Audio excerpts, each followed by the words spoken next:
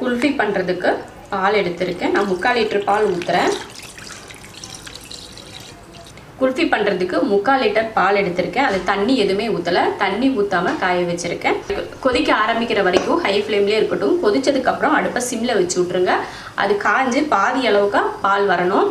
பால் வந்து நல்லா காஞ்சு வற்றி 3/4 லிட்டர் பால் வந்து பாதி அளவுக்கு வரணும். அது வரைக்கும் நம்ம பாலை காய்ச்சிக்கலாம்.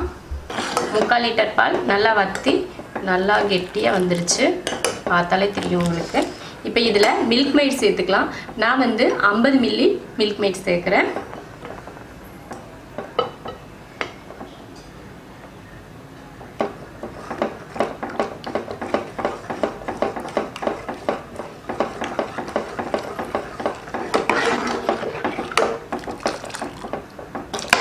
அவ்வளோதான். மில்க் மெய்ட் போட்டு இதையும் கொஞ்சம் நேரம் ஒரு 2-3 நிமிஷத்துக்கு நல்லா கலந்து விடலாம். அப்போ தான் அந்த மில்க் மெய்டு பால் எல்லாம் ஒன்றா கலந்துக்கும். பாலில் நம்ம மில்க் மெய்ட் சேர்த்ததுமே லைட்டாக எல்லோ கலராக மாறி இருக்குது. குல்ஃபி வந்து இன்னும் கொஞ்சம் எல்லோவாக இருக்கணும். அப்போ தான் பார்க்குறதுக்கு நல்லாயிருக்கும்.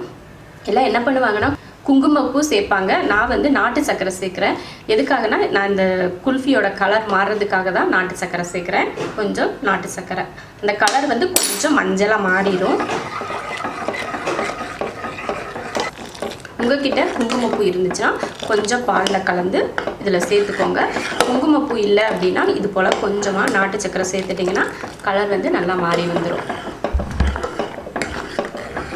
மில்க் மெய்டு கலந்து அப்புறமா நாட்டு சர்க்கரை கொஞ்சம் கலந்து ஒரு 2 நிமிஷம் 3 நிமிஷம் நல்லா கலந்து கொதிக்க வச்சுட்டு இறக்கிக்கிற ஸ்டேஜ் வந்துடுச்சு. இப்போ கொஞ்சமாக ஏலக்காய் தூள் சேர்த்துக்கலாம்.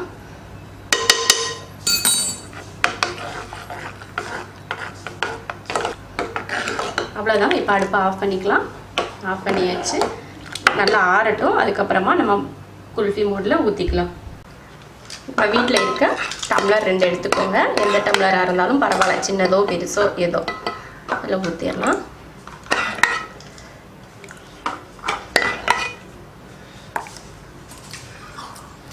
இது உள்ள நம்ம கொஞ்சம் பனங்கல்கண்டு சேர்த்துக்கலாம். நட்ஸ் எதுனா சேர்க்கறதுனாலும் நீங்கள் சேர்த்துக்கலாம். நான் நட்ஸ் எல்லாம் சேர்க்கல, பனங்கல்கண்டு தான் சேர்த்துருக்கேன். இது போல் ஒரு பிளாஸ்டிக் கவர் வச்சு மூடிக்கோங்க. இதுக்கு போட்டு பிளாஸ்டிக் கவர் எதுனா இருந்துச்சுன்னா அதை போட்டு மேலே ரப்பர் பேண்ட் போட்டு சுற்றிட்டிங்கன்னா நல்லா டைட்டாக இருக்கும். லைட்டாக கத்தியோ ஒரு இதாக வச்சு ஓட்டை போட்டுட்டு அதுக்கப்புறம் நம்ம குச்சியை வச்சிட்டோன்னா ஈஸியாக இருக்கும். நம்ம குச்சியை வச்சு குத்தணும்னு வச்சுக்கோங்களேன், அது அங்கங்கே அந்த பிளாஸ்டிக் கவர் வந்து விரிஞ்சு போயிடும். அதனால லைட்டாக ஒரு இதை வச்சு குத்திட்டு அப்புறம் வச்சுக்கலாம்.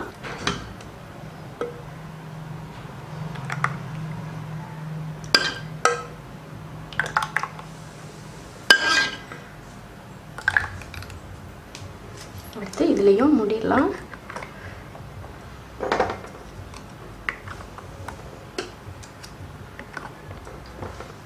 இப்போ இதெல்லாம் எடுத்து நம்ம ஃப்ரீசரில் வச்சிடலாம். 8 மணி நேரம் கண்டிப்பாக ஃப்ரீசரில் வச்சுருந்துட்டு அதுக்கப்புறம் தான் எடுக்கணும். இப்போ நம்ம இதை ஃப்ரீசரில் எடுத்து வச்சுட்டு 8 மணி நேரம் கழித்து பார்க்கலாம். குல்ஃபி வச்சு 8 மணி நேரம் ஆச்சு. இப்போ இதை ஓப்பன் பண்ணி பார்த்துடலாம். இதை வந்து இப்படியே எடுத்தால் வராது. அதனால ஒரு 2 செகண்டுக்கு இந்த மாதிரி தண்ணியில் வச்சு எடுத்தோம்னா சீக்கிரமாக வந்துடும். ஒரு 2 செகண்ட் வரைக்கும் வச்சாலே போதும், அதிகம் தேவையில்லை.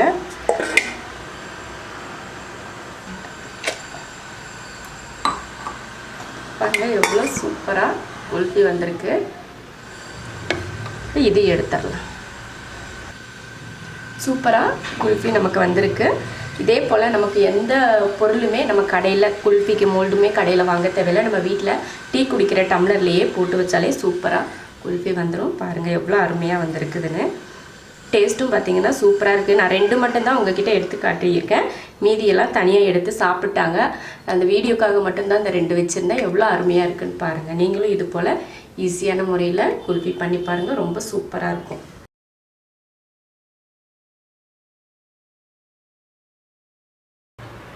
பிரெட் குல்ஃபி பண்ணுறதுக்காக 1/2 லிட்டர் பால் எடுத்திருக்கேன். பால் நல்லா காஞ்சு வற்றி வரட்டும். அதுக்கப்புறமா நம்ம பிரெட்டெல்லாம் சேர்த்துக்கலாம். 1/2 லிட்டர் பாலுக்கு 2 பிரெட் எடுத்திருக்கேன். 1/2 லிட்டர் பாலுக்கு 2 பிரெட்டு போதும். அதிகமாக போட்டோம்னா ரொம்ப திக்காயிரும், அதனால 2 போதும். இப்போ பிரெட்டில் இந்த ஓரங்கள்லாம் கட் பண்ணி எடுத்துடலாம்.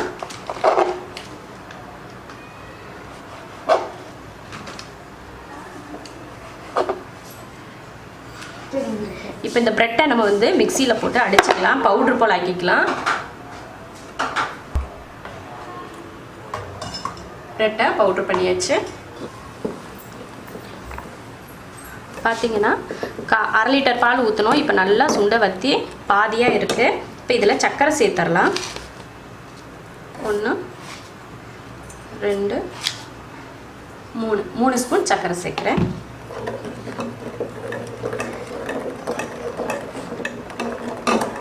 சர்க்கரைக்கு பதில் மில்க் மெய்டு கூட இதில் சேர்த்துக்கலாம். அது ஒரு 3 ஸ்பூன் மில்க் மெய்டு சேர்த்திங்கன்னா அதுவும் நல்லாயிருக்கும்.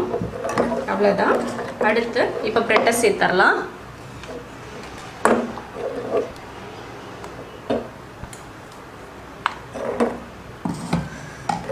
சேர்த்து கலந்துடலாம்.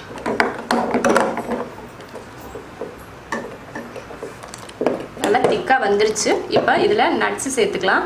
எந்த நட்ஸ் வேணாலும் சேர்க்கலாம். முந்திரி, பாதாம், பிஸ்தா இது மாதிரி எது வேணாலும் நமக்கு சேர்த்துக்கலாம். இப்போ சேர்த்துட்டு ஒரு கிண்டிக்கலாம்.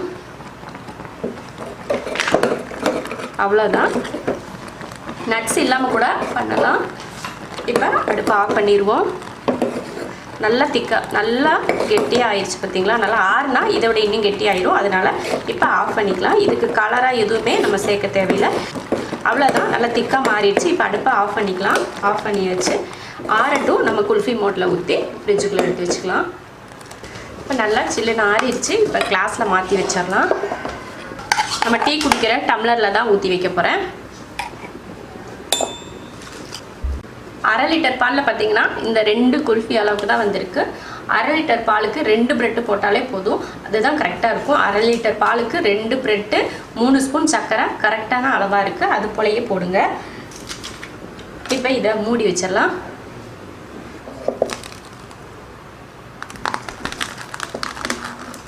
நல்லா ஏர் போகாத அளவுக்கு நல்லா டைட்டாக போட்டு வச்சுக்கோங்க. அப்போ தான் உள்ளே வந்து ஐஸ் கட்டி விழுந்து மேலே படராமல் இருக்கும். இப்போ இதை எடுத்து ஃப்ரீசரில் வச்சிடலாம். ஒரு 8 மணி நேரத்துக்காவது இது ஃப்ரீசரில் இருக்கணும். அப்போ தான் செட் ஆகும். 8 மணி நேரத்துக்கு அப்புறம் எடுத்து பார்த்துக்கலாம். ப்ரெட்டில் குல்ஃபி செஞ்சு வச்சு 8 மணி நேரத்துக்கு மேலேயே ஆயிடுச்சு. நேற்று சாயங்காலமாக நான் செஞ்சு வச்சேன். இப்போ காலையில் எடுக்கிறேன். எப்படி இருக்குன்னு பார்க்கலாம். ஓ சூப்பர், நல்லா செட் ஆகிருக்கு. இது வந்து இப்படியே எடுத்தோன்னா வராது. இதை கொஞ்ச நேரம் தண்ணியில் வச்சுருந்து எடுத்தால் தான் வரும்.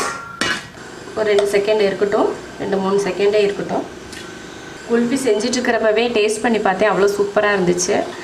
இதை ஃப்ரிட்ஜ்லாம் வச்சு எடுத்து சாப்பிட்றப்போ இன்னும் ரொம்ப சூப்பராக இருக்கும். லைட்டாக வர ஆரம்பிச்சிருச்சு. சூப்பராக வந்திருக்கு. ப்ரெட்டில் குல்ஃபி ரொம்ப சூப்பராக ரெடியாக இருக்குது. பார்க்குறதுக்கே அழகாக இருக்குது. அதே அளவுக்கு டேஸ்ட்டும் நேற்றே சாப்பிட்டு பார்த்தேன். அவ்வளோ ருசியாக இருந்துச்சு. மற்ற குல்ஃபியை விட இந்த குல்ஃபி ரொம்ப டேஸ்டியாக இருந்துச்சு. எனக்கே குல்ஃபி பிடிக்காது. ஆனால் இதை டேஸ்ட் பண்ணி பார்த்ததுக்கப்புறம் இதை சாப்பிட்டே ஆகணும் அப்படின்னு தோணுது. அந்தளவுக்கு ருசியாக இருந்துச்சு நேற்று நான் சாப்பிட்டு பார்த்தப்போ. நீங்களும் இது போல் ரொம்ப ஈஸியான முறையில் எதுவுமே தேவையில்லை. வீட்டில் இருக்க ப்ரெட்டு, பால், சர்க்கரை மட்டுமே போதும். சின்ன குழந்தைங்க கூட இந்த குல்ஃபியை பண்ணலாம். அந்தளவுக்கு ரொம்ப ஈஸியாக இருக்கும்.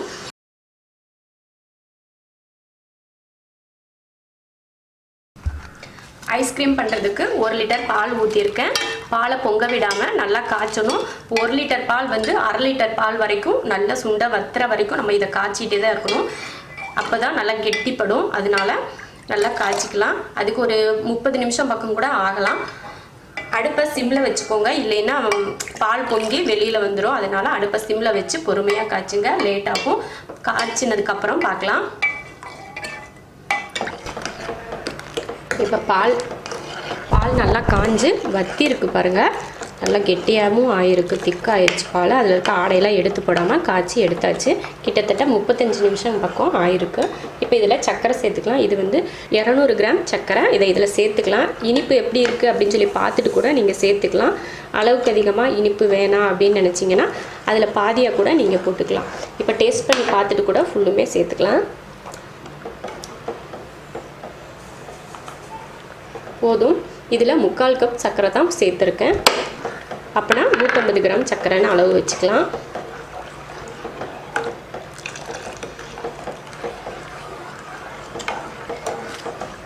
கரைஞ்சிருச்சு.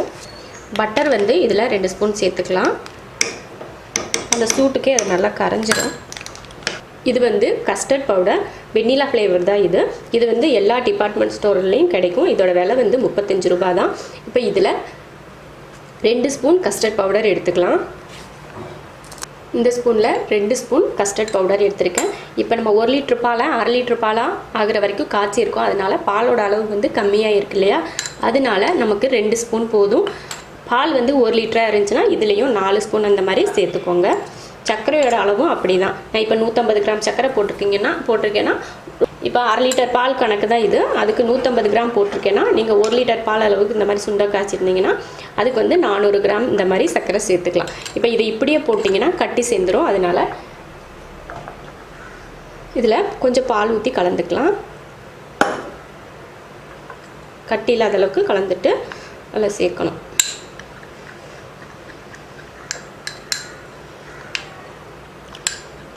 அவ்வளோதான். இப்போ அடுப்பு வந்து சிம்லேயே தான் இருக்குது. இதில் பாலில் இதை கலந்துக்கலாம். ஊற்றிட்டே கலந்து விட்டுகிட்டே இருக்கணும். அவ்வளோதான், ஊற்றியாச்சு. ஊற்றினதுமே பாலோட கலர் மாறிடுச்சு பார்த்தீங்களா, லைட்டாக எல்லோ கலர் போல் ஆயிடுச்சு. இப்போ அதுவும் கெட்டி சேர ஆரம்பிச்சிருச்சு. லைட்டாக ஒரு கொதிச்சாலே போதும். வெண்ணிலா எசன்ஸ் கொஞ்சம் சேர்த்துக்கலாம், ஒரு 1/2 ஸ்பூன் அளவுக்கு. வெண்ணிலா எசன்ஸ் பவுடரோட ஃப்ளேவர் வந்து வெண்ணிலா தான், அதனால சேர்க்கலைனாலும் பரவாயில்லை. இப்போ அவ்வளோதான். இப்போ அடுப்பை ஆஃப் பண்ணிடலாம். பார்த்திங்களா நல்லா எப்படி கெட்டியாக வந்திருக்கு பார்த்தீங்களா. இப்போ அடுப்பை ஆஃப் பண்ணிடலாம். நட்ஸ் ஏதாவது சேர்க்கணுன்னா கூட சேர்த்துக்கலாம். நான் நட்ஸ் எதுவும் சேர்த்துக்கலாம். பசங்களுக்கு வந்து இங்கே நட்ஸ் எல்லாம் சேர்த்து ஐஸ்கிரீம் சாப்பிட்றது பிடிக்காது, அதனால நான் நட்ஸ் எதுவும் சேர்த்துக்கலாம். உங்களுக்கு வேணும்னா கொஞ்சம் நெய்யில் வறுத்து இதில் சேர்த்துக்கோங்க.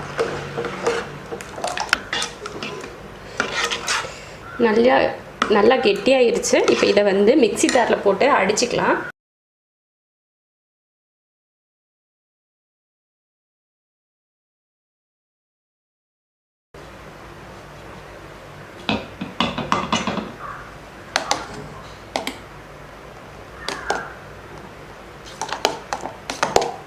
நல்லா அரைச்சாச்சு. நல்லா வலுவலுப்பாக இருக்குது.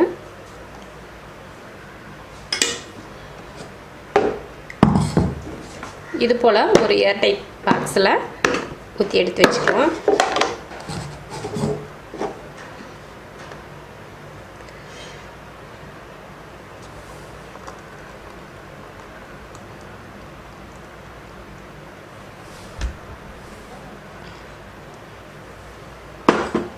அவ்வளோதான். இப்போ இதை மூடிடலாம்.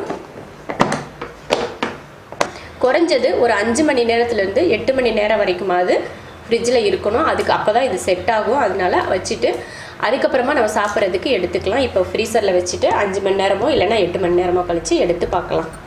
இப்போ ஐஸ்கிரீம் வந்து உள்ளே வச்சு 8 மணி நேரம் ஆச்சு. நான் நைட்டு வச்சு காலையில் எடுக்கிறேன். எப்படி இருக்குன்னு பார்க்கலாம். நல்லா செட்டாக இருக்குது. உங்கள் ஐஸ்கிரீம் வந்து நீங்கள் பண்ணுற ஐஸ்கிரீமில் வந்து இந்த மாதிரி இல்லாமல் கொலன்னு இருந்தாலும் இல்லைன்னா குருணை இருந்தாலும் மறுபடியும் மிக்ஸி ஜாரில் போட்டு ஒரு அடியை அடித்து மறுபடியும் ஃப்ரீசரில் எடுத்து வைங்க. அப்போ மறுபடியும் சரியாயிரும். இப்போ எப்படி இருக்குன்னு பார்க்கலாம். ரொம்ப சூப்பராக ஐஸ்கிரீம் வந்திருக்கு. நான் வந்து கட் பண்ணாமல் அப்படியே வச்சுட்டேன். அதுக்கு மேலே சும்மா அப்படியே அழகாக இருக்கிறதுக்காக கொஞ்சம் சாக்லேட் சிரப் ஊற்றுறேன்.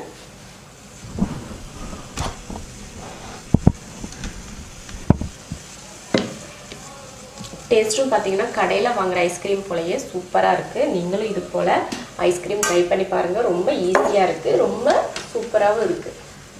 ரொம்ப கஷ்டமாகலாம் இல்லை. 3 பொருள் போதும். கஸ்டர்ட் பவுடர் தான் இதெல்லாம் மெயின் பொருள். அதை வச்சு அது ஒரு 2 ஸ்பூன் இருந்தாலே போதும், ஐஸ்கிரீம் தயாராகிடும். நீங்களும் இது போல் ட்ரை பண்ணி பாருங்கள்.